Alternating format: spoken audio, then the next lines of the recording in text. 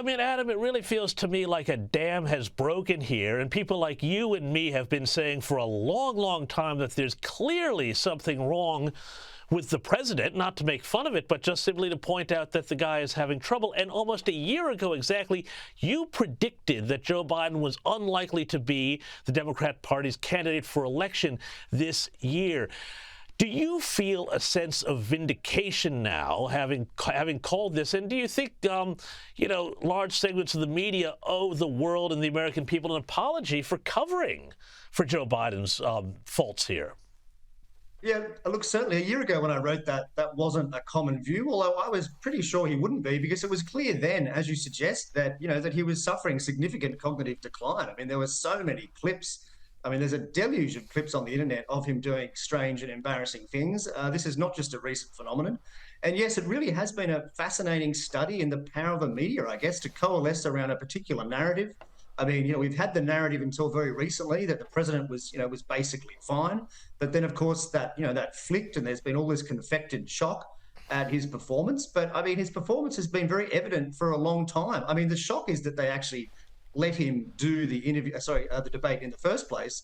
That column I wrote, I said that there would be no way that they would allow a debate for that reason. But of course they did. And the scenario that I painted in that column was that he would actually have a moment in the debate where he basically lost a huge amount of support just in a matter of minutes. And that is exactly what happened.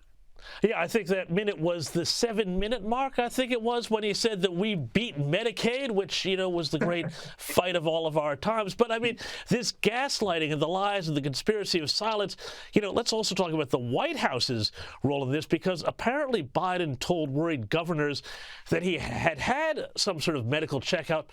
But then Karine Jean-Pierre, she's saying something else. Have a listen to this. Did not get checked out by the doctor. It's a cold, guys. It's a cold. And I know that it affects everybody differently. We have all had colds.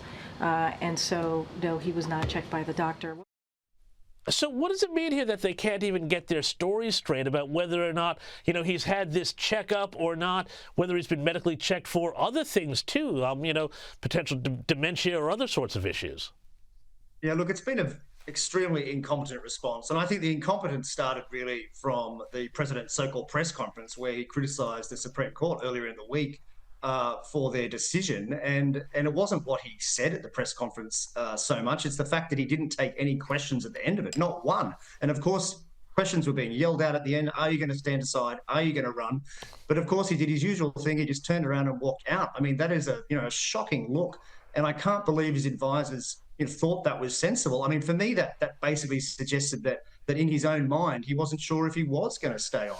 And I think that's probably still the truth. And of course, we've had lots of anonymous leaks saying that as well, from the White House, including. And I mean, as for his comms team, the other interesting thing from KJP this week was that she never actually denied that he wasn't taking any sort of special medication for his condition. She said explicitly that he wasn't taking anything for his cold, but the question was more general than that. So look, it remains to be seen whether he has been, but the bottom line is the communication strategy has just been hopeless.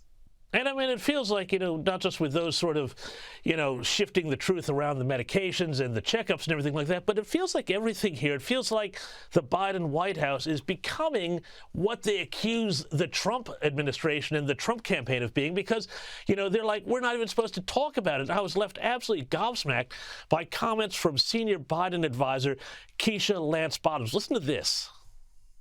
As we've talked about making sure that we are protecting elections and making sure there's no undue influence, this was undue influence by the Atlanta Journal-Constitution, or an attempt to influence. Editorial boards are supposed to honor fair elections. And I don't think it's fair when an editorial board with 10 people sitting in a room are trying to influence an election, especially in a state like Georgia, where there's already been discussions about influencing elections.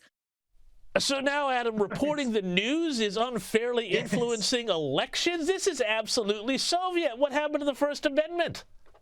Yeah, look, it's completely crazy. I mean, she looks very silly, that woman. I mean, that's what newspapers are supposed to do. The editorial board is supposed to have a position. They're supposed to opine on the views of the day, the politics of the day, and they've formed a view on Biden. They think he should go, and that is perfectly reasonable to have that view. I mean, it's such a shock, I think, for the White House, which basically until now has had press which is so subservient. But I think that is definitely going to change until he stands aside. But as I said earlier, there's just so many of the major mainstream titles have now decided that he has to go, and the reporting that they publish will basically follow that slant in coming weeks. The New York Times down, so it's going to be very hard for the president. Well, every day there seems to be another drop from another major publication. We just had The Economist magazine just a little while ago. Adam Creighton, thank you so much for your time.